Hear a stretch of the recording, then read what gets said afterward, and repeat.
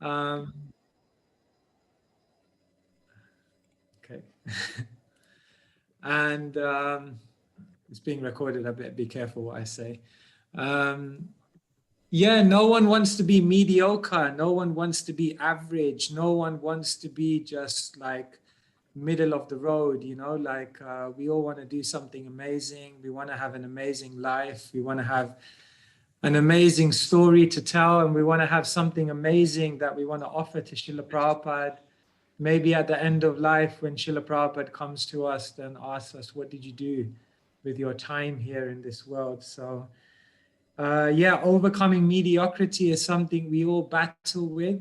It's not a one-off battle. Every day you have to try and overcome mediocrity, because when you wake up in the morning, it doesn't matter how good yesterday was, every day is another day. I remember I used to always think on book distribution, you know, it doesn't matter how many years you've been out on book distribution, when you're out in the morning on a cold morning and you see the people, you have to break the ice again, and it takes effort and it takes enthusiasm. So I'll try to share some thoughts with you. Please engage, because what I'm going to do is I'm going to try and speak not too long, and rather it'd be really good to have questions and answers on this topic, because it's one of those topics where we really want to bring out what's going on in your lives and your hearts and minds and try and address some of those points. Om Jnana-timirandhasya Jnananjana Shalakaya Chakshurunmilitam Yena Tasmai Shri Gurave Namaha. Vancha kalpatarubhyascha kripa sindhubhya eva cha patitanam pavanebhyo vaishnavebhyo namo namaha. Mukham karoti vachalam pangam langhayate girim yat kripa tamaham vande Shri Gurum Dinatarinam Paramananda Madhavam Shri Chaitanya Ishwaram. Namo Om Vishnupadaya Krishna Pristhaya Bhutale Srimate Bhaktivedanta Swami Niti Namine Namaste Saraswati Deve Gauravani Pracharine Nirvishesha Shunyavadi Paschatya Deshatarine Shri Krishna Chaitanya Prabhu Nityananda Shri Advaita Gadadhar Shrivasadi Gaur Bhakta Vrinda Hare Krishna, Krishna Krishna, Hare Hare, Hare Rama, Rama Rama, Hare Hare.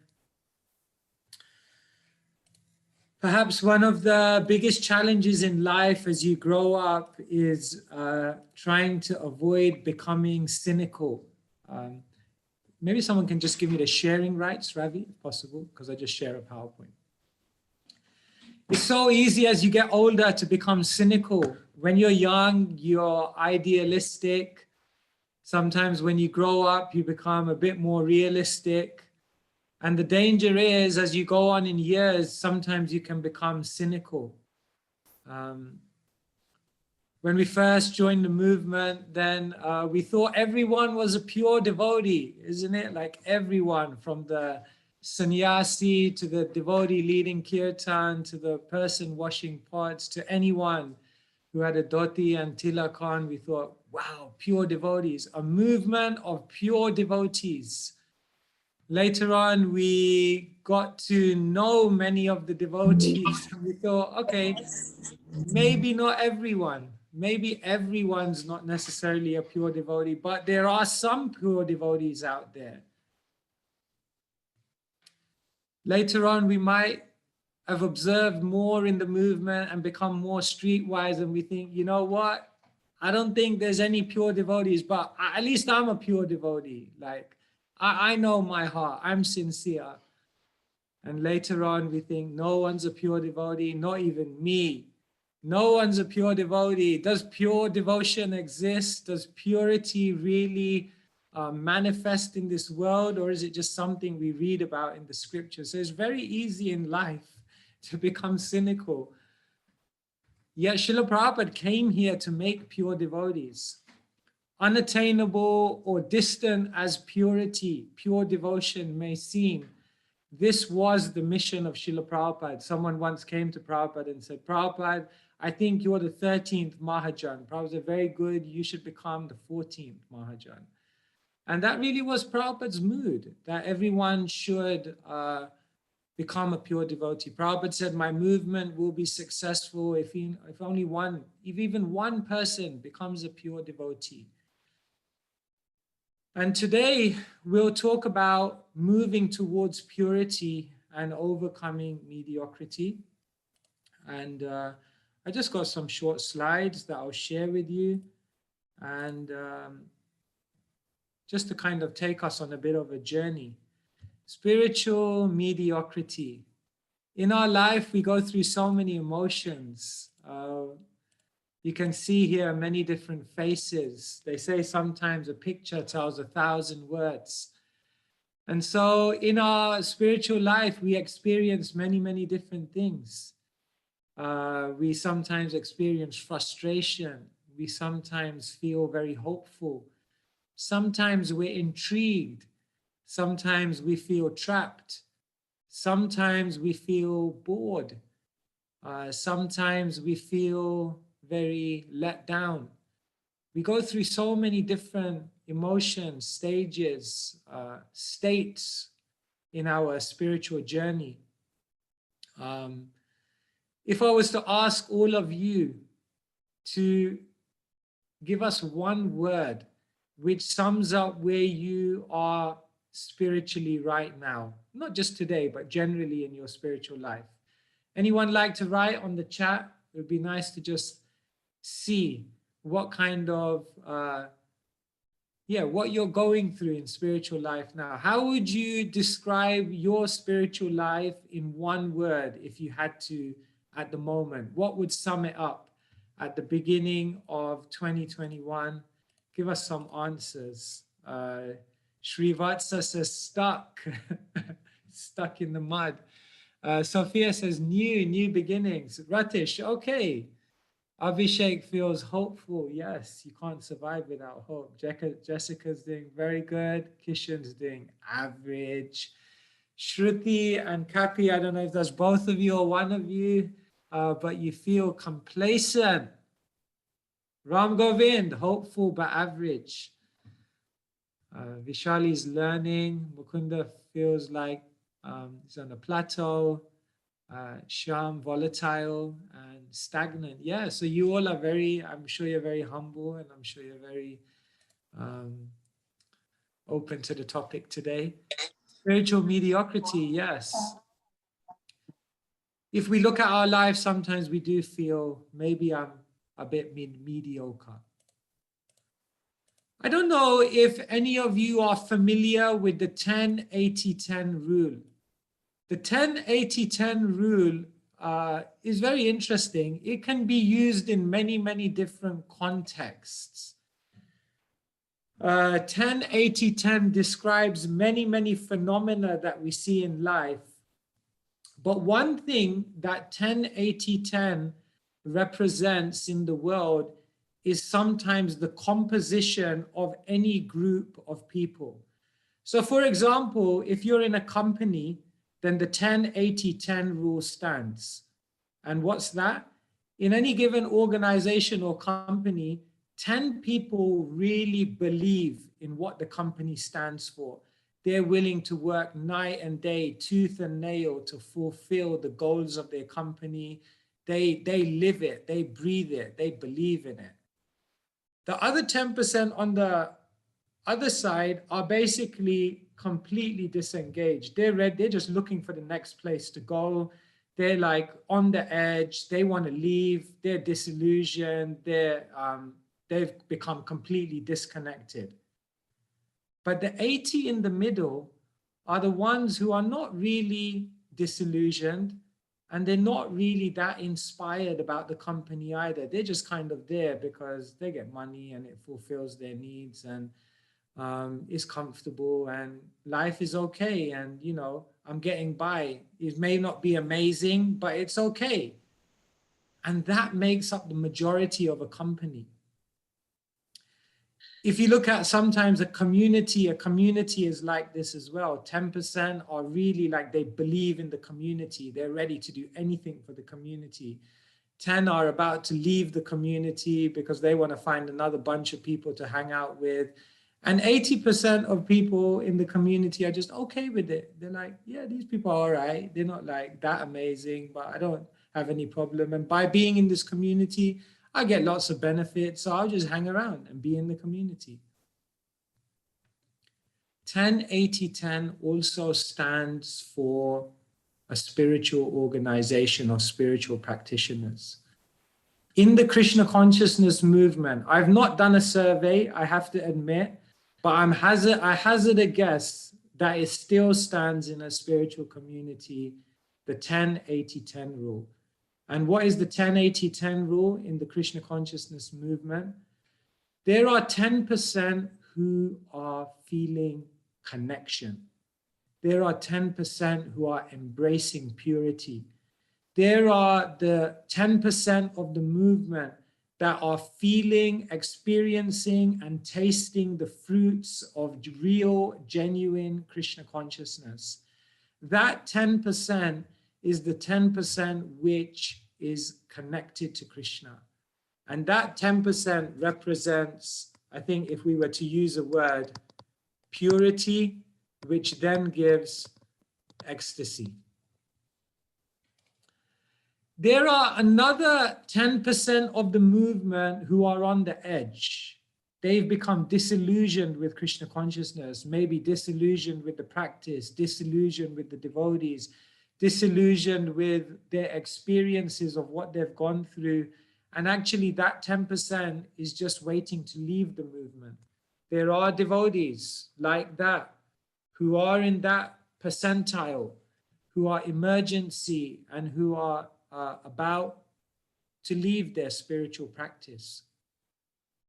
But the incredible thing is that 80% of the members of the Krishna consciousness movement are neither in a state of ecstasy, nor are they in a state of emergency, but they are simply in a state of, yep, you got it, mediocrity. How would you describe mediocrity in a word? You can also give me some words if they come up in your mind on the chat.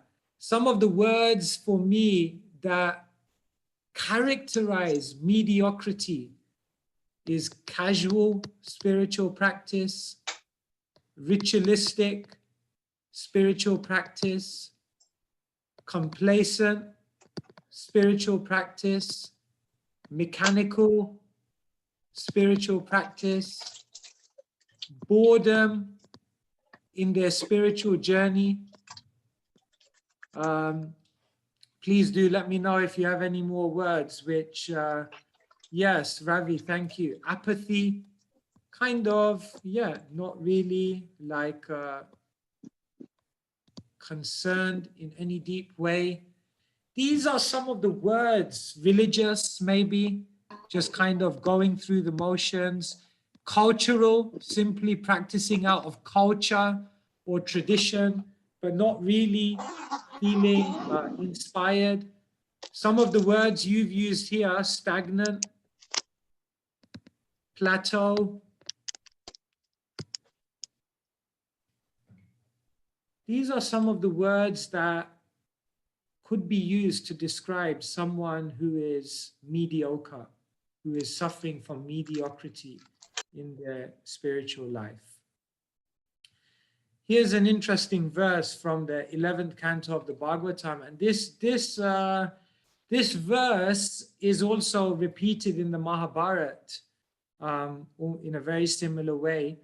Vaveva chintaya mukto paramananda apluto yo vimukto jado balo yogunebhya param gataha.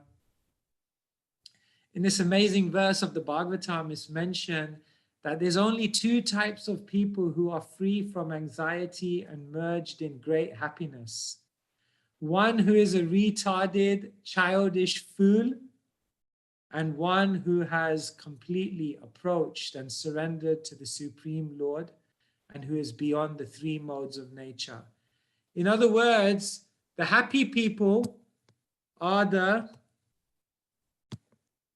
pure ones, and ironically, the really ignorant ones. Because as they say in the English language, ignorance is bliss. Now, for the 80% that are right in the middle, they are basically experiencing different levels and different intensities of unhappiness.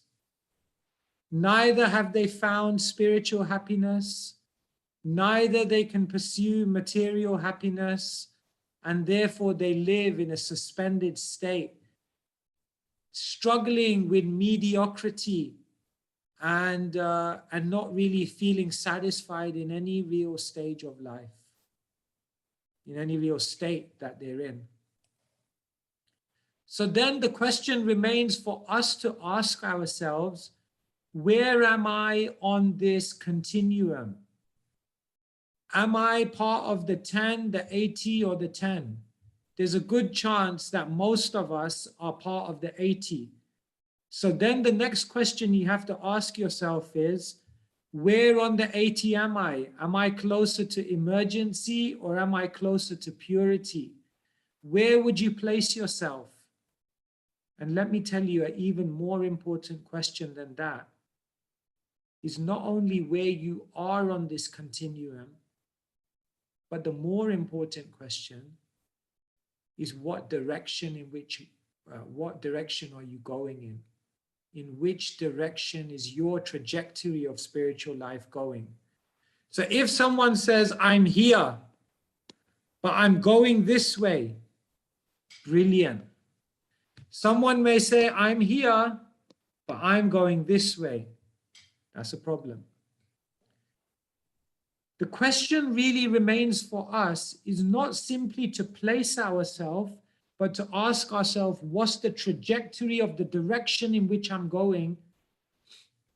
And then we have to ask ourselves, how can I make the trajectory towards purity, which brings ecstasy? How can I go from mediocrity to purity? That is really what should be on every devotee's mind. And every devotee should have a plan. Every devotee should have some kind of plan for how they're going to make that journey. That's what purposeful spiritual life means. But shall I tell you, most devotees don't know where they are on this. Neither do they know what trajectory they're going in. And even more worrying, they don't have a plan to change that trajectory and go towards purity. To be a devotee, to be an introspective devotee, to be a devotee who is going to make significant progress in life, you have to know where you are, in what direction you're going, and what you need to do in order to get to the direction you want to be going in. And that level of introspection must be integrated into every single devotee's life. Yeah. So that's what we're going to kind of discuss today. As I speak, if any questions come up in your mind, then you can just put them on the chat. And well, maybe I'll stop here for a second. Let me pause and let me ask you whether you do have any questions on what I've said so far in terms of the 10-80-10 rule, placing ourselves on this kind of continuum of spiritual life and trying to map where we are and where we're going. Does anyone have any questions? Just so I know that you're with me, and then we can kind of go into other topics. Does anyone have any questions?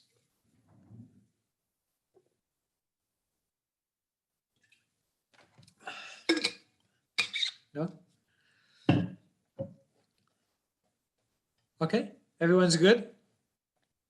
Okay, so I carry on then. All right, so let me carry on then. Okay. So, okay, sorry, is that a question? Okay, so Sophia is asking a question. How to find out where you are in the 10-80-10? Oh, okay, very good question. All right, so I'm going to carry on with the presentation because that's what I was going to talk about next. Thank you. Okay, so where do we, how do we find out where we are on the 10-80-10 continuum? We have been blessed in our life. We've been blessed with scriptures. Scriptures which talk about basically this journey that we're on. So for example, you have books like Srimad Bhagavatam. Srimad Bhagavatam, if you were to label the Srimad Bhagavatam, you could say it's an anthology of love. Because basically it contains stories of devotees who had incredible love for Krishna. And we learned so much about their journey and how they awaken that love and how that love is expressed and what are the symptoms of that love. And then you begin to enter into a world of what it means to be in a loving relationship with Krishna. So the Bhagavatam is basically a love story. It's an anthology of love stories. And that's very beautiful. We have books like the Bhakti Rasamrita Sindhu, which we can say is like the science of love. Because what the Bhakti Rasamrita Sindhu does is it doesn't just depict what is love, but what the Bhakti Rasamrita Sindhu does is it basically explains the science of how to reawaken one's love. And therefore, Rupa Goswami, through the stages of sadhana, bhava, and then obviously to prema, basically outlines what is the process by which Krishna prema, pure love for Krishna, which is Nitya Siddha Krishna Prem, Sadhya Kabunoi, is already established within the heart, but how to awaken that. So Bhakti Rasamrita Sindhu is like the science of love. And then we have books like the Madhurya Kadambini, which we can say is like the roadmap of love. So we can't stress this enough, that the scriptures are the most valuable thing we have in our life. The great sage, the great teacher, the great Acharya Sanatan Goswami says, Madaika Bandhu, Matsangin, Madguru, Man Mahadana, Man Nishtaraka, Mad Bhagya, Madananda, Namostate. He looks at the Bhagavatam and he says, the Bhagavatam is my only friend. The Bhagavatam is my constant companion. The Bhagavatam is the source of happiness in my life. The Bhagavatam is that which is raising me up. And the Bhagavatam is that which is my greatest fortune and awakening my greatest wealth. In this way, he takes the Bhagavatam and he installs it within his consciousness and he says, this is my constant companion in my life. And therefore, this is basically one realization that we need to come to, that the scriptures are perhaps one of the most valuable assets we have on the journey of life, because through the scriptures, one can understand where they are, where they want to go, and how to go on that journey and avoid all problems and overcome all obstacles. So in answer to Sophia's question, how do we understand where we are on this journey? We understand through Jnana Chakshush or Shastra Chakshush. We understand by seeing our life and examining our character and our devotion through the lens of the words of the most elevated and progressive spiritual personalities in the creation. And basically we read the scriptures, look at our life, and then things become very, very apparent about where we are on this journey and where we need to be going. So hang on, I'm just seeing. Yeah, okay, yeah, got it. Yeah, so this is how we understand where we are. And then obviously, as we say often in our spiritual circles, Guru, Sadhu, Shastra. So yes, these Shastras are there, and through the spiritual teachers and the devotees around us who observe us, who help us understand the scripture in relevance to our life, through this combination of Guru, Sadhu, Shastra, you can very easily map where you are in the spiritual journey. So your connection with a Guru, your connection with a saintly person, a sadhu, and your connection with Shastra, these are the three connections which are probably the most valuable connections you have in your entire life. Because it is through these connections that one can understand where they are, where they ultimately want to be, and how to get there. So this is what I wanted to share with you at this point. And now let us look a little bit closer. What does it mean to go from mediocrity to purity? How do we make that journey? How do we create the change in our life? How do we, what do we need to develop on the way in order to achieve that destination of purity and ecstasy? And I'll share with you today 3 principles. And I think if you apply these principles in your life and you think deeply about them, these are very valuable principles which will be very revealing, I think. Broadly speaking, we can say to go from mediocrity to purity, you need to embrace 3 things in your life: honesty, intensity, and tenacity. Yeah, just think about these words for a second. Some of these words are words that we probably don't like. We think like, oh, honesty, don't like that word. Intensity, definitely don't like that word. And tenacity, oh my God, that sounds like a lot of work. Don't like that one either. These are not words which sometimes feel immediately something that we're drawn to it. However, let me tell you, these are the things which will help you to awaken your greatest wealth. And actually, these things, although difficult, although challenging, are the things which can bring about real wealth. This is Krishnadas Kaviraj Goswami speaking in the beginning of Chaitanya Charitamrita. He says, I'm more sinful than Jaga and Madai, and even lower than the worms in the stool. Anyone who hears my name loses the results of his pious activities.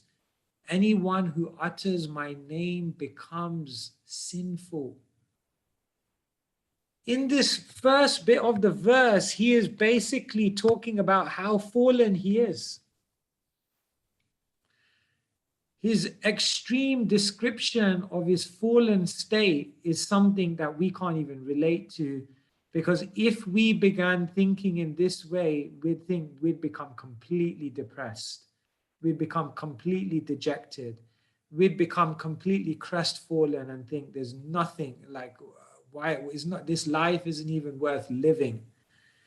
Yeah, what does Krishnadas Kaviraj Goswami say straight after his admittance of his fallen state? He then goes on to say, but who in this world but Nityananda could show his mercy to such an abominable person as me? And therefore, along with feeling fallen, Kaviraj Goswami is also feeling very, very hopeful. And this combination of being very honest about our fallen state, being very, very introspective and understanding where I'm falling short, when accompanied by hopefulness, that honesty of our fallen state is very, very powerful, because it allows us to be in the mood of a beggar. It allows us to be in the mood of realizing that I need to improve and I need help to improve. And there's loads of work to do and I got to make changes. So we have to somehow look inside our hearts and be very, very honest with ourselves about what our blocks are, what our anarthas or unwanted things are, what our obstacles are. And no doubt each one of us will have our own challenges. You see, the scriptures explain that there are 4 defects of the conditioned soul.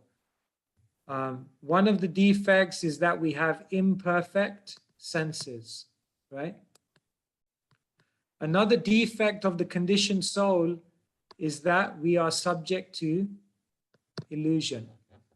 Another defect of the conditioned soul is that we make mistakes. And the final defect of the conditioned soul is that we have a propensity to cheat. Now, if you look closely at this, the fact that you have imperfect senses, you can't really do much about that. The fact that you have imperfect senses means that you will fall into illusion. Can't really do much about that. We'll all fall into illusion. One time a devotee came to Prabhupada and said, Prabhupada, sometimes I fall into Maya. Prabhupada said, you're always in Maya, and sometimes you fall into Krishna consciousness. So we're going to have imperfect senses. We're going to fall into illusion. And when we fall into illusion, naturally we will make mistakes. You can't do anything about that. Don't think that tomorrow you'll wake up and you'll stop making mistakes. A conditioned soul will make mistakes. The first 3 of these defects, practically we can't do anything about them. But the one thing we can avoid is the tendency of a conditioned soul who has imperfect senses, who falls into illusion, who therefore makes mistakes, and who then has a tendency to cheat, to cover it up, to brush it under the carpet, to lock it up in the cupboard so that no one else sees it, to present themselves to the world as something that they're not. That propensity of cheating, yes, we do have something we can do about that. Instead of succumbing to cheating ourselves, cheating others, we embrace honesty. We find devotees who we can speak to, and we're very open and honest about where we're falling short and how we need to improve. Bhaktisiddhanta Saraswati Thakur says, weakness, that is expected. But cheating, that cannot be tolerated. If a devotee falls into the propensity to cheat, to present themselves to the world as something that they're not, then that will block their journey towards purity, and that will ensure that they remain in mediocrity. And therefore, one of the first principles is that there can never be purity unless there is honesty. There can never be a chance to overcome mediocrity until and unless one has embraced honesty. However, that honesty is accompanied by great hope. So sometimes we're scared of being honest because we think I'll become more depressed. But in Krishna consciousness, your honesty does not depress you, because your honesty of your fallen state is accompanied by a realization of how powerful the Krishna consciousness process is. Maya is very strong, but Krishna is stronger. And therefore, a devotee has nothing to worry about or become dejected about, even in difficulties like this. Okay? And we can revisit this. Please, if you have any questions on these principles, pop them in the chat or keep them in your minds, and then we'll come back to it. But this is the first principle I want to share with you, honesty. The second principle in terms of overcoming mediocrity and going towards purity is that one must develop intensity in their spiritual life. This is a famous verse from the second canto of the Bhagavatam. Sukadeva Goswami says to Parikshit, Akama sarva kamo va moksha kama udaradi Tivrena bhakti yogena yajaita purusham param. Sukadev says, Tivrena bhakti yogena. There's very, very important words in the verse. He says, even if you don't have any desires, or even if you have every desire under the sun, sarvakamo va, even if you have so many material desires, even if your entire consciousness is riddled with material aspirations and material conditionings, still, Tivrena bhakti yogena, if you engage in bhakti yoga, but the key word here is Tivrena bhakti yogena, if you engage in intense devotional service. In other words, everyone is performing devotional service, but how many individuals are performing intense devotional service? That may be a much less percentage. Yeah. Again, 10, 80, 10. In the Krishna consciousness movement, 10% are probably practicing intense devotional service, and 80% are performing casual devotional service. If you want to get out of mediocrity, we must increase the intensity of our spiritual practice. And then one may say, what does it mean to increase the intensity of spiritual practice? Well, there's many ways in which you can do it. One is increase the quantity of your devotional service. That's a very obvious and simple one.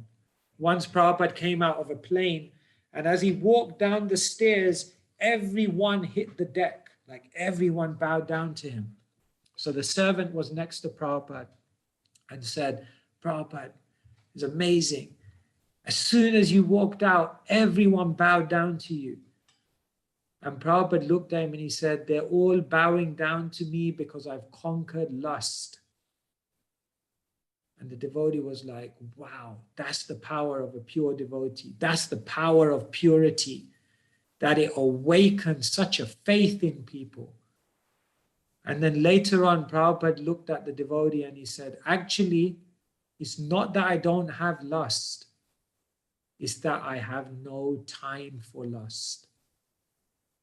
So that was a very interesting statement. Of course, Prabhupada had no lust, but that level of purity may not have been relatable to the devotee who was thinking like, that's Prabhupada's free of lust, but I can't be free of lust.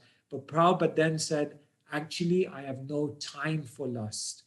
And when the devotee heard that, he thought, well, I could structure my life in such a way that even though it's not that I can say I don't have any lust, but if I can turn around and say I don't have any time for lust, then I'll be doing good. And in that moment, the devotee realized that this is what I have to do in my life.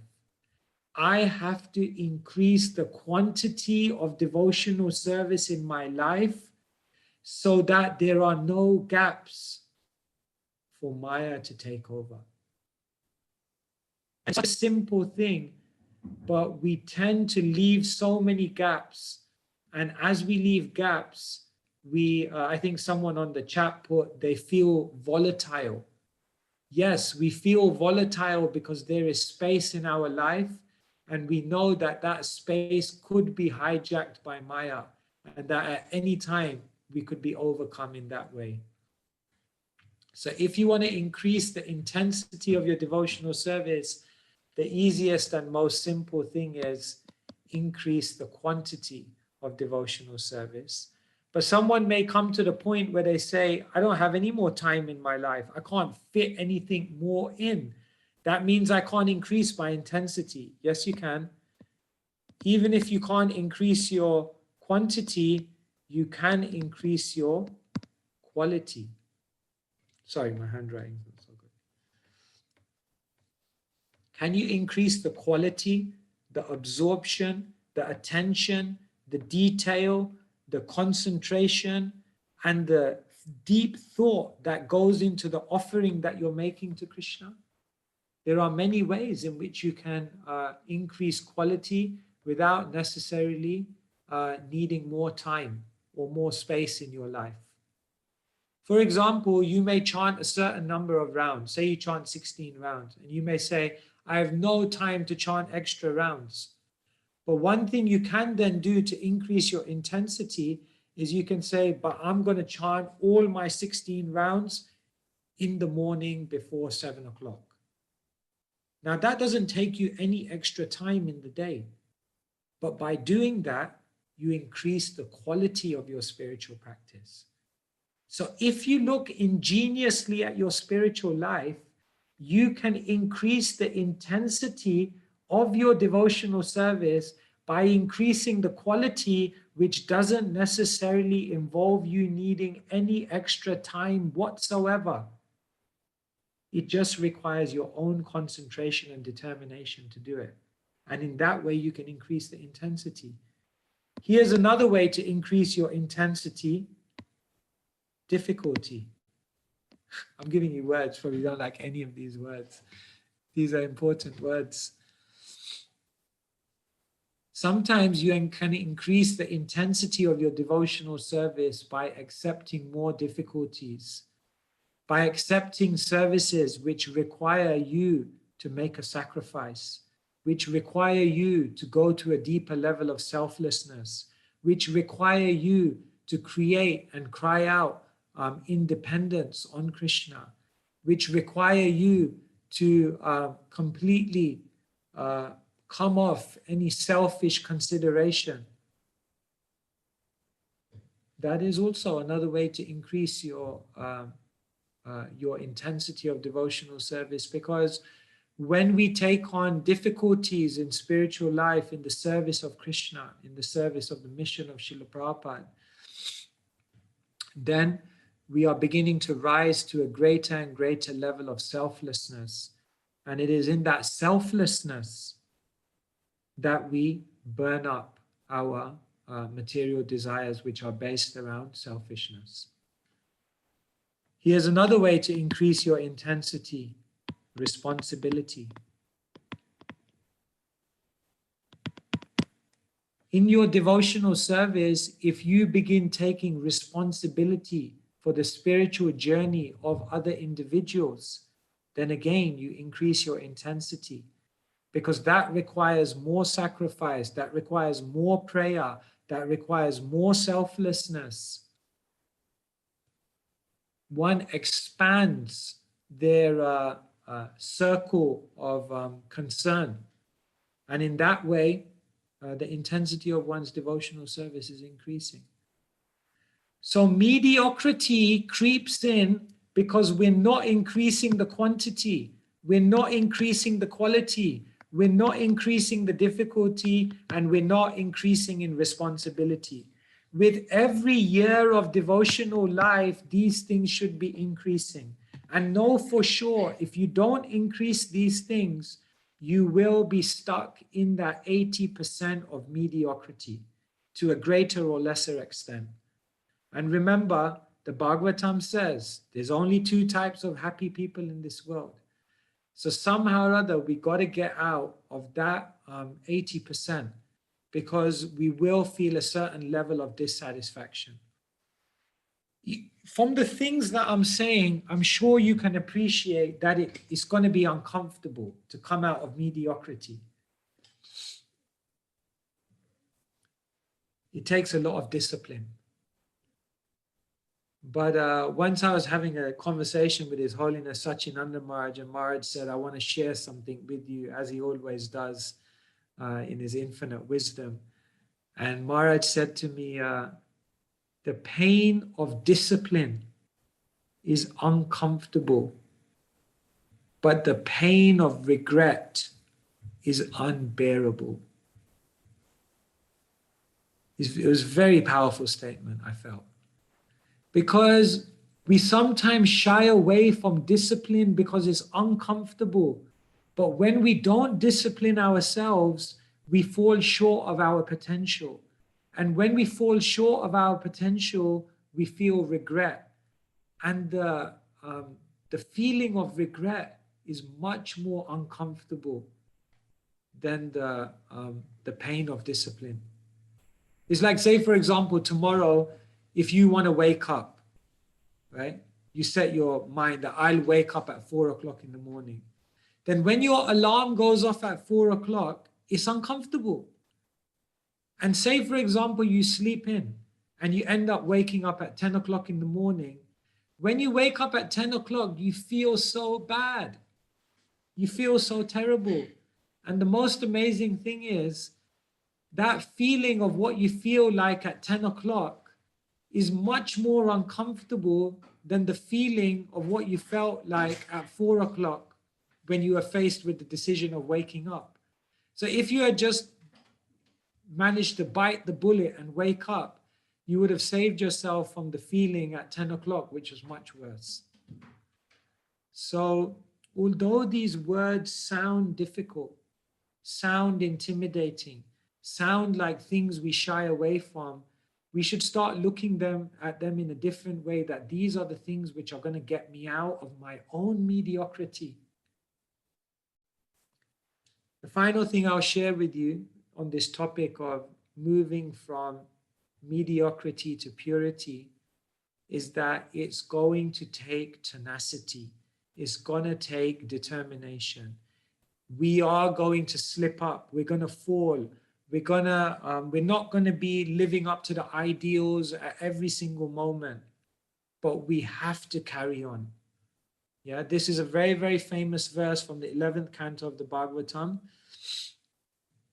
Jata shraddhamat katashu nirvina sarva karmashu vedadukhatmakan kaman parityagye pyanishvara. Having awakened faith in the narrations of my glories.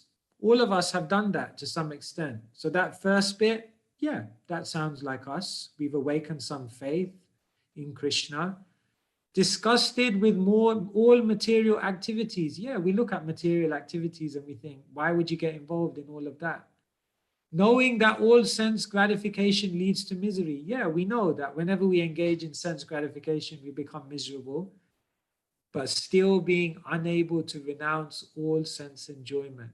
So it's like, this first bit means we know all of this, but the fact of the matter is, we're still unable to give it up. So what does Krishna say? Tato bhaje tamam prita shraddhalur dridhanishchaya. Even though you know material life is terrible, and even though sometimes you fall prey to material life, tato bhaje tamam prita shraddhalur dridhanishchaya. Stay happy. Don't become depressed. Don't become so guilty that you feel, oh my God, I'm terrible. I just need to leave this behind. No. Remain happy and continue on with great faith and conviction, knowing that you will eventually be able to overcome it. Krishna says, even though my devotee is sometimes engaged in sense enjoyment, they know that this is going to lead to misery, and they sincerely repent. Such devotees eventually, they will attain perfection. There's one Christian monastic, he writes a book. It's called Falling Upwards. And I like it very much. It's a very nice title, because there are a few unique souls who will fly upwards to the spiritual world. You find some people like that. They just like, their feet don't touch the ground. It's like they were just here for one last little thing and they just fly towards Goloka Vrindavan. But for the vast majority of us, we won't be flying upwards, but we can still learn how to fall upwards. And he makes the point that everyone in their spiritual journey will be falling. But the way in which you pick yourself up with grace, the way in which after a letdown, you continue on with enthusiasm and determination, even after feeling as though, I'm not making it. One has so much hope in their heart that they continue on. In this way, he says, you will fall upwards. In other words, the falling is not the problem, and the falling won't be a problem as long as you learn to pick yourself up with grace and continue on. And this is the story of our life. Did you know that, say, for example, a plane is going from here, say Heathrow. Okay, my pen's gone. Heathrow here to, let's say, LAX. Yeah, and say there is a flight path. This is the flight path. And this is the plane here. You can see I'm a terrible drawer. Did you know that any given plane, when it goes from one direction to another, for 80% of the journey is never on the actual line of the flight path? Did you know that? The plane usually goes like this, and then it goes like this, and then it goes like this, and it goes like this, and like this, and like this. And there you see that actually it's only ever on the line a few times. It's very interesting. In our life, in spiritual life, we may not always be on the line. There'll always be something in our life which is out of place. But that's just like a plane. But what is the plane doing at every moment, even though it's not on the flight path? It's at every moment trying to come back to the flight path. And if you're coming back to the flight path, even though for 80% of journey, you're not actually exactly on the flight path, still you reach your destination. And in this way, in spiritual life, it's not that we're going to be on the line at every moment of our spiritual life. But whenever we're trying to come back to the standard, we fall down and pick ourselves up with grace and come back to the standard, the ideal that we seek, then eventually we make it to our destination. And therefore, even Krishna says in the Gita, what is that? Yato yato nischalati manaschanchalamasstiram tatastato niyam yetad atmanyeva vasamnayet. Krishna says, from wherever the mind wanders due to its flickering nature, atmanyeva vasamnayet, keep bringing it back, keep bringing it back. So Krishna already says, yeah, nischalati, you're not going to be on the path, you're going to be nischalati, you're going to be wandering everywhere. However, atmanyeva vasamnayet, keep bringing it back. And therefore, on the journey of spiritual life, from mediocrity to purity, for a lot of that journey, you may fall short, but just make sure you have tenacity. And so this is what I wanted to share with you today.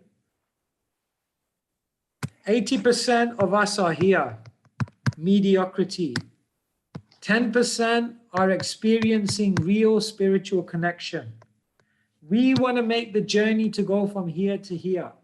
In order to do that, you have to be honest. You have to know what are the blocks, where you're falling short, what are the difficulties. You have to have a means and a way to be open.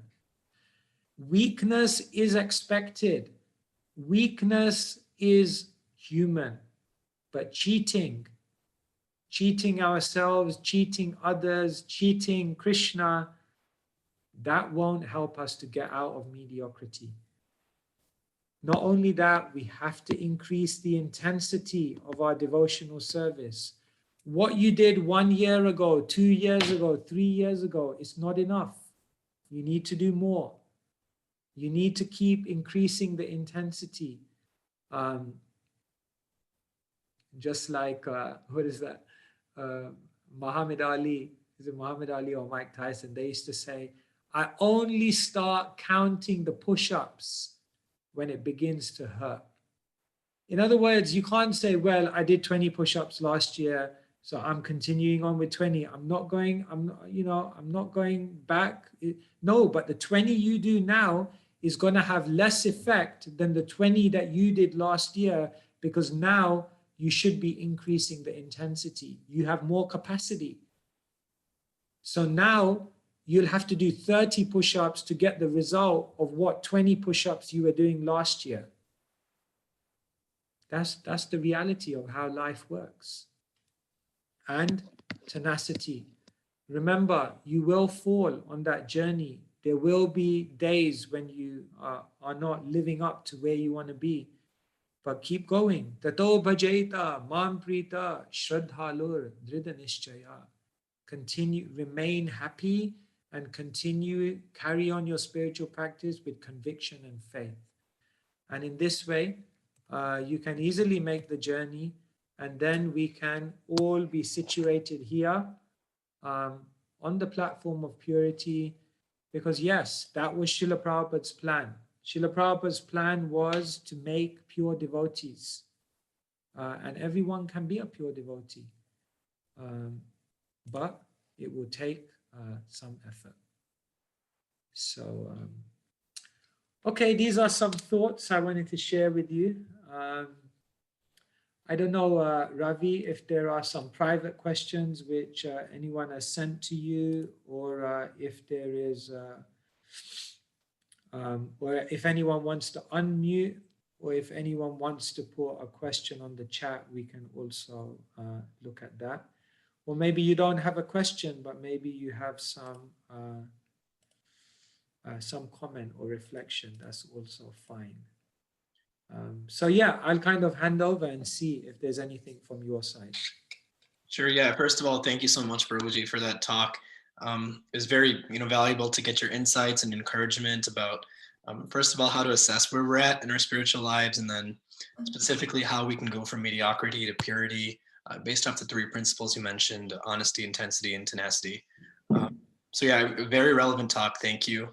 And we have actually a lot of questions that have been coming in through our anonymous form.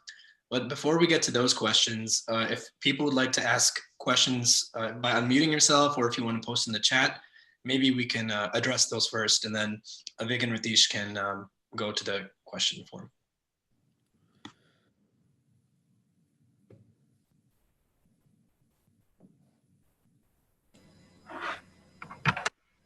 Another question? Yeah. Hare Krishna, Prabhu. Hare Krishna, Prabhuji. Thank you for your presentation. I really liked the honesty, intensity, and tenacity, these 3 points of focus.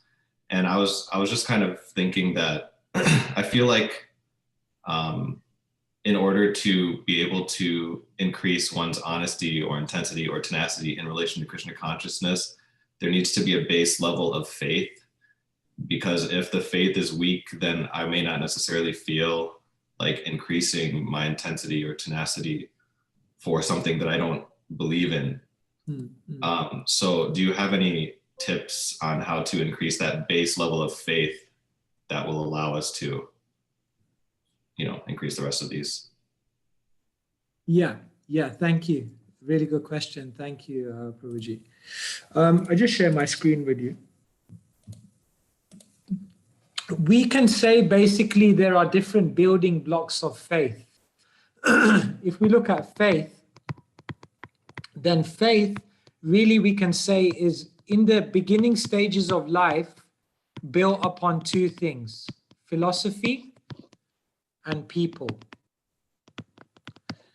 In other words, Shastra can give one great faith, because when one reads Shastra, then first thing is one is associating with the most faithful personalities in the universe, the acharyas, the sages, and by associating with them, you get some of their faith. But also the words and the logic and the rationale and the insights of Shastra, when we compare it to what we see in the world around us and how Shastra gives us the bigger vision, then that philosophy gives us a lot of faith. So that's why studying the books is really, really important. because that philosophy will help you to build your faith. But the other thing that helps you to build your faith are people or devotees, the ones who have internalized that Shastra, who are living that Shastra. And by associating with those devotees who you have great relationship and love for, some of their faith will rub off onto you. But now let me say that the faith of these two is almost still what we call borrowed faith. It still hasn't become our internalized faith. And what we do is that the faith that we've gained from philosophy and people, we then translate into practice of spiritual life. And when we practice spiritual life, practice the devotional process, then what happens is that we get an experience of Krishna. And that experience of Krishna is what then really takes our faith to the next level. Because we begin with Shraddha, Vishwanath Chakravarti Thakur says, but then we come to the point of Nishtha. Nishtha means a kind of faith which has solidified into conviction because one has realization. Like in the Bhagavad Gita, Krishna says, Jnana Vijnana Triptatma Kutasto Vijitendriya, that the self-realized soul by dint of knowledge and realization is fixed in consciousness. And therefore, these are kind of like the 3 P's of faith that initially is founded upon philosophy and people. And this is what we focus on. And then as we build our faith and we engage that faith in practicing spiritual life, then the faith goes to another level. And in this way, one gains much more conviction. And that's why, if you think about it, Prabhupada's 2 greatest gifts were, number 1, his books, and number 2, the society and the temples and the ISKCON movement. Because through those 2 things, that's what's going to build your faith. And upon that faith, you then get entrance into meeting Krishna, finding Krishna, contacting Krishna face to face. So yeah, these are some thoughts. Hope that helps. So we have a question on the anonymous Q&A form. Okay. So I feel at times it's hard to understand and even relate to our scriptures. I do spend time studying and reading them, but sometimes I feel like I can't relate to them. But that being said, how can I train my mind to understand them and utilize them in moving from being mediocre to more connected with the philosophy? How can I move across the spectrum? Yeah, so sometimes you feel scriptures to be difficult to understand, maybe not relatable. Therefore, okay, today is the day of drawing, so let me just carry on drawing. Sometimes I have these days where I can only think in drawings, so let me just share with you my screen. Okay, so how to make Shastra more relevant, yeah? Like this is a big point because sometimes Shastra or scripture seems too far away. So one thing is the method. There is actually a way and means to study Shastra. And let me tell you, it's not just by reading. Yeah, the method in which you study Shastra is you have to study it systematically. And you have to study it in Sangha with others. Now, when you study systematically and with Sangha, you'll find that your illumination of the Shastra is like magnified many, many times. When I was 15, I picked up the Bhagavad Gita and I was trying to read it for 1.5 years.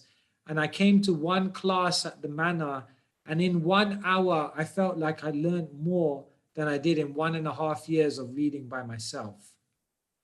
When you read scriptures together, then you go away and read yourself, it makes a big difference. So first thing is, there is a method by which to study Shastra. Now let me tell you, there's another thing. There's the mood. Shastra is not just an intellectual thing. And if you approach it in an intellectual way, you will also sometimes find it to be dry, or you will sometimes find it to be, according to your conception, illogical. You will find it to be mythological or beyond what you would say reality is, because you're not reading with the right mood. And therefore, one must read Shastra prayerfully. One must understand that the Shastra is Krishna. Like, for example, Sanatana Goswami says, Shri Krishna Parivartita. When he's glorifying the Bhagavatam, he's saying that the Bhagavatam, Shri Krishna Parivartita, is Krishna who has come back himself to this world.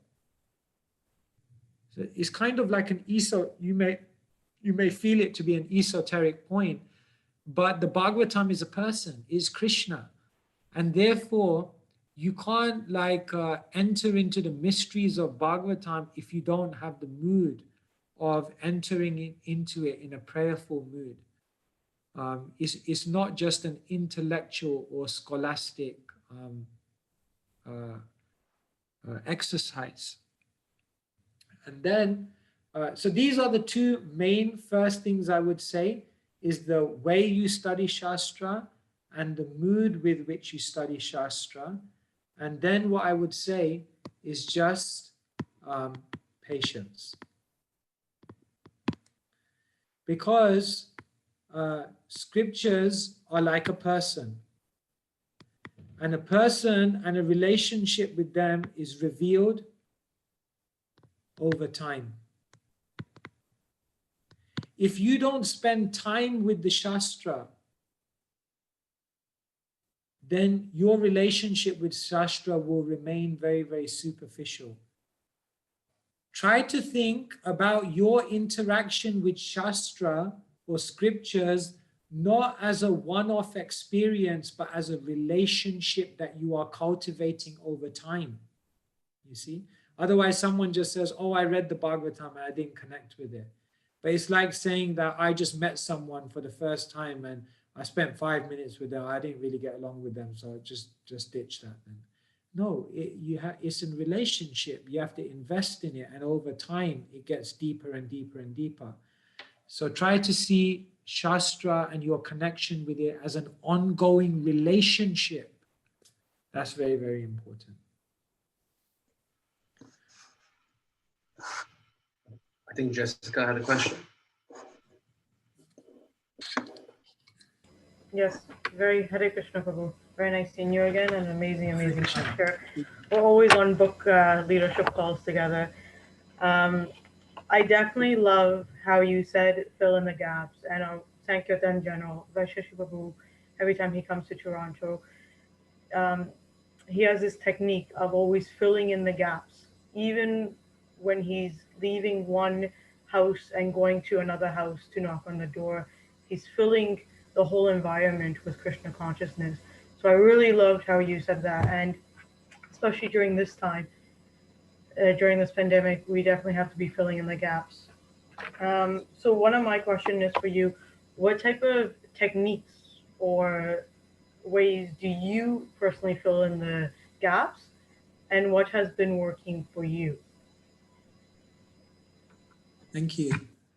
I kind of had this technique, and I've done it for many years, that whenever I go to bed at night, and I kind of, well, I don't have a bed, we're in a sleeping bag on the floor in the Brahmachari ashram.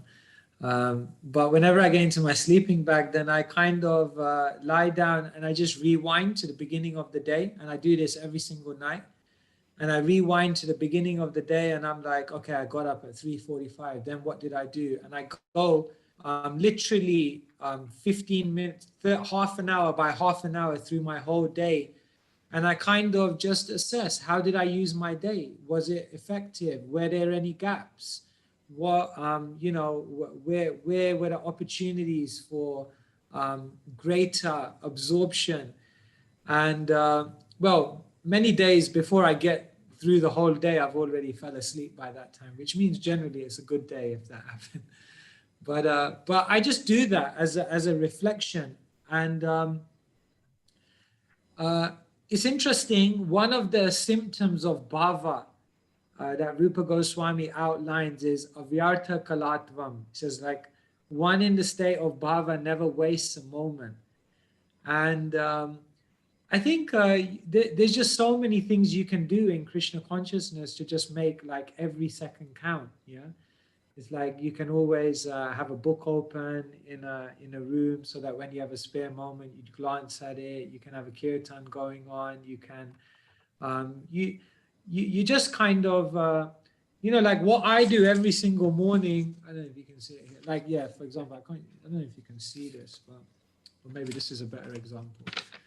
So what I do at the beginning of every week, you probably can't see that, but I kind of, I go like 7 rows, and then I go like down the middle, and then on one side is like the basic general schedule for that day. And on the other side is like a bunch of things that I need to get done in that day. So what I do is I follow my schedule, and then I know I got to get these things done in the day. So whenever I have like spare moments, I know what I need to work on. And then simultaneous to that, like on the back, I have like other spiritual goals that I'm trying to pursue. So if somehow I'm going through my day and I've completed these things, then I know, well, hang on, you got a whole bunch of other spiritual. So there's never any time to lose. You just use time. And yeah, it's amazing how much you can get done. This is my firm conviction when it comes to time management, that if you don't waste time, 2 incredible things happen. And I've experienced it again and again. If you can somehow come to the point in your life where you don't waste time, the first thing that happens is Krishna starts empowering you to do more in the same amount of time. That's the first thing that happens. And the second thing that happens is Krishna just somehow or other, by his mystical potency, starts opening up like all these windows of opportunity for time. Like someone just comes along and says like, oh yeah, you needed to, okay, I've already done that for you. Don't worry. You got like a couple of hours free. And you're like, wow, a couple of hours free. That's amazing. And, you know, Krishna just gifts it to you. So, but if we're wasting time, then Krishna's kind of looking at us saying, why should I give you any more time? Because you're not even utilizing the time that I've given you properly. So when people say they don't have time, I think if we just look closer and ask myself, it's probably because I'm wasting time. And if I cut out time wasting, then these 2 mystical things happen, and it's really satisfying. And you can get so much done. Yeah, definitely amazing. Sorry. Thank you. Yeah, definitely amazing points, and it definitely goes in effect with your mindset and how much you actually want to accomplish, and how much you actually want to. This intense greed or desire to do service definitely comes up. So, very thankful. Prabhu, Hare Krishna.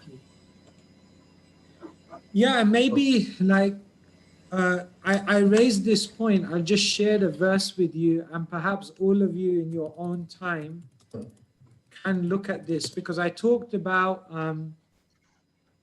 the symptoms of bhava, and one may think like, bhava, come on, like, get real, like we're not there, you know.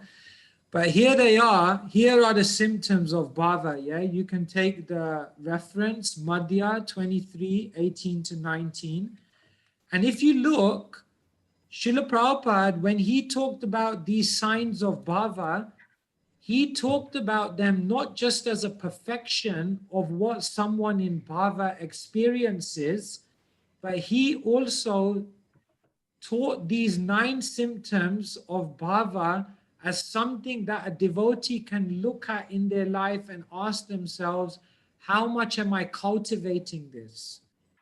So in Krishna consciousness, what we're doing is we're mirroring our aspiration. So when you mirror the mentality and the activities of a bhava bhakta, a devotee in bhava, then you progress towards bhava. So here are these things: forgiveness, not wasting time, detachment, freedom from false prestige, cultivating hope, having great eagerness, a taste for chanting the holy name, attachment, addiction to glorifying the Lord's qualities, and affection for the places where the Lord resides, the Dham. As one cultivates these characteristics of a Bhava Bhakta, then we get there slowly, bit by bit. And so, yeah, really look at those, you know, put those up on your wall and ask yourself, how much am I investing in such things? And then one will come out of mediocrity and start to experience a much higher quality of spiritual life. Yeah. You guys can tell me when to cut, because I guess we've been going nearly 1.5 hours. So just tell me when. Yeah, I know we've been going over time. So Prabhu, you can let us know if you need to leave. That's For fine. me, it's fine. All of you, I don't know. It's like Sunday, maybe Yeah. I have things to do. So you just tell me, I'm okay. Yeah, I think what we'll do, we'll have a lot of questions coming in, you know, in the forum, and as well, I think there's a few more who want to ask in person. So I think we can do 2 more questions and wrap it up at 12:30. Well, where I am, 12:30.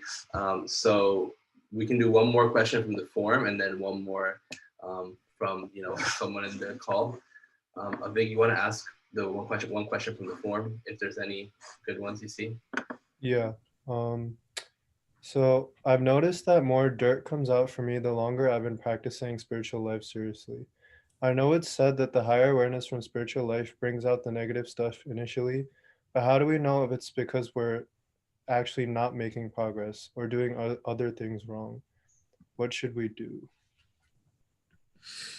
Yeah, good question. So as we go on in spiritual life, it feels like we're gaining more and more realization of how fallen we are. And how do we know that's a sign of whether we're actually advancing because we're getting more realization about our fallen state, or whether we're actually just getting worse because more things are coming out, you know, that weren't there before. It's kind of like this. When you see a mountain from far away, then the mountain looks big. But as you start getting closer to the mountain, the size of the mountain feels like it's getting bigger and bigger. And as you get closer and closer to the mountain feels like it's getting bigger and bigger. And simultaneously, you feel like you're getting smaller and smaller. So the kind of paradox is you're getting closer to the mountain, but you're actually feeling yourself to be smaller and smaller. And so this is the experience of someone who's actually advancing in spiritual life in a healthy way. As they move closer to Krishna, their realization of Krishna's greatness is getting bigger and bigger and bigger. Their appreciation for Krishna is growing and growing and growing. And in relation to their growing appreciation for Krishna, they're feeling themselves to be more and more fallen, more and more dirty, more and more, imperfect. Therefore, someone like Kaviraj Goswami says, I'm lower than the worm in the stool. I'm more sinful than Jaga and Madai. Someone who sees me loses all their pious grace. You think like, you're Krishna, that's Kaviraj Goswami. How can he say this? Because his appreciation for Krishna, for Mahaprabhu is so great. In relation, he's feeling himself to be very, very fallen. So if someone says, I'm going on in spiritual life and I feel like I'm becoming worse and worse, or I feel like I'm getting a realization of how much more fallen I am, how do I know whether that's a healthy sign or an unhealthy sign? Just ask yourself, is that feeling of being more and more fallen accompanied by a greater and greater appreciation of Krishna? Is it accompanied by a greater and greater hope and gratitude for being in the Krishna consciousness movement and process, which is ultimately the way to overcome these things? Because when both things come together, then we can understand that that feeling of feeling yourself to be more and more fallen is actually a healthy feeling, because it's not because you're getting worse, but it's because your appreciation for Krishna is growing, and in relation to that, you're feeling yourself to be more and more inadequate. So in Krishna, that's why I said in Krishna consciousness, our feeling of inadequacy in ourselves should always be juxtaposed with a greater and greater feeling of confidence and appreciation and hope based on the greatness of Krishna. Both things must go side by side. Because if you don't, then you will just become depressed, hopeless, and helpless, and then leave the process altogether.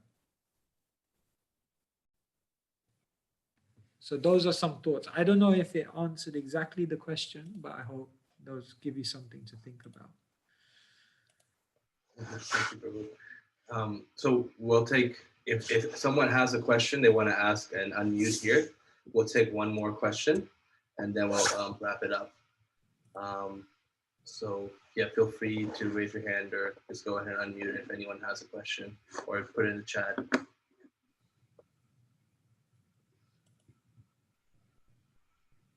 Actually, wanted to ask a question. Yeah, go ahead, Abhay. Yeah. So earlier you were talking about the method to reading Shastra. So there's this one point you said, read systematically. So what exactly does that mean? Like, is there some order that we're supposed to go through? Or the first thing, thanks for your question, Prue. The first thing is that everyone's an individual, so everyone will read in different ways. So just find, the first and foremost disclaimer that I have to give is that whatever I say, it may or may not work for you, but everyone has to find their method. For me, what works when studying Shastra is study it in layers. So the first layer when you're studying Shastra is just get through it and understand it as an overview. The second layer is the time when you begin to see links and you try to understand the landscape of how it all fits together.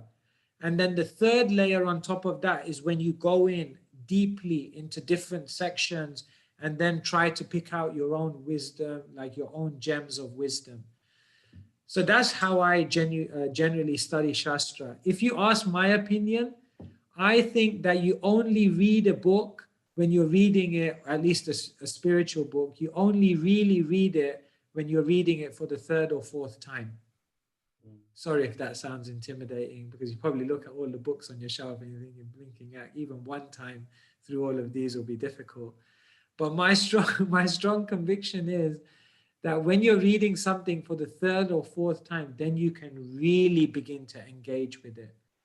Because Shastra happens in layers.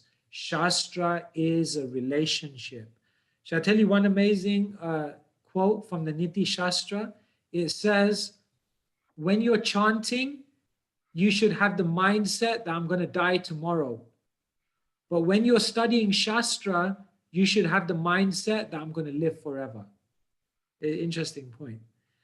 When you're chanting, it's in a mood of desperation. This is it. Hand in the bead bag. This is it. Life or death. Like you really just in the moment. But when you're studying Shastra, it's a different mindset. You have to be patient. You have to go slow. You have to go deep. And you have to see it more than just today's reading. It has to be a lifetime of development of relationship with the Shastra. So if you want to make Bhagavatam your constant companion, then you got to say, I dedicate my life to Bhagavatam. isn't it? Till death do us part. Of course, even death doesn't do you part with the Bhagavatam, but it's kind of like that. You marry the Bhagavatam and you say, that's it, we're together, whatever may happen. And I dedicate myself to, and in this way, it's a lifelong journey with the Bhagavatam together, and study it in layers. Like you read the 5th canto of the Bhagavatam, when you read it for the first time, you just think, oh my God, like this is, but I tell you, it's incredible. I read the 5th canto now like a few times, and after the 3rd or 4th time, you start reading the 5th canto and you see it totally different. You actually feel like super nourished by reading I'd never felt I would feel like that about the 5th canto, which is, you know, about planetary systems, cosmology, distances between planets and all that. But you get to a point where you've invested in it, you feel a familiarity with it, some relationship with it, and when you read it, you can go to a deeper level. So yeah, I guess that's what I'm kind of want to share with you, that it's a lifetime of study. You know, like, I'll tell you one final story. Prabhupada was in 26 Second Avenue. So one, he was a new devotee. He came and he said, Swamiji, I want to help you out. So Prabhupada said, yeah, you can type up some manuscripts for me. So Prabhupada gave up a whole bunch of manuscripts. So he went away and he kind of typed it up or whatever. And then he came back after a few days. He said, Swamiji, I'm done. Like, okay, any more service to do, Swamiji? I'm done with your manuscript, your bunch of manuscripts. That's a dangerous thing to say in a Hare Krishna temple. Any more service for me? So he came to Prabhupada, you know what he did? He opened up a wardrobe behind him, and the whole wardrobe was full with manuscripts. And this person was just like, oh my God, like he nearly fainted, you know? Prabhupada said, here, you want more service? Type all of this up. And then the devotee looked at Prabhupada and said, Swamiji, this is like a lifetime of study. And Prabhupada looked back at him and said, this is many lifetimes of study. Many lifetimes of study. So the Bhagavatam is many lifetimes of study. It's like, it's amazing. And the sages say, Vayam tu na vitripyama uttama shloka vikrameya chinvatam rasagyanam svadu svadu pade pade. They say we never tire. We never tire to hear the narrations of the Bhagavatam, because Svadu, svadu, pade, pade. At every step there is greater and greater taste, because there's so much rasa, there's so much relish. So we want to get to that stage, but it must be done in layers. So yeah, take the help of study guides, take the help of devotees, and most importantly, go in front of the Bhagavatam and say, till death do us part.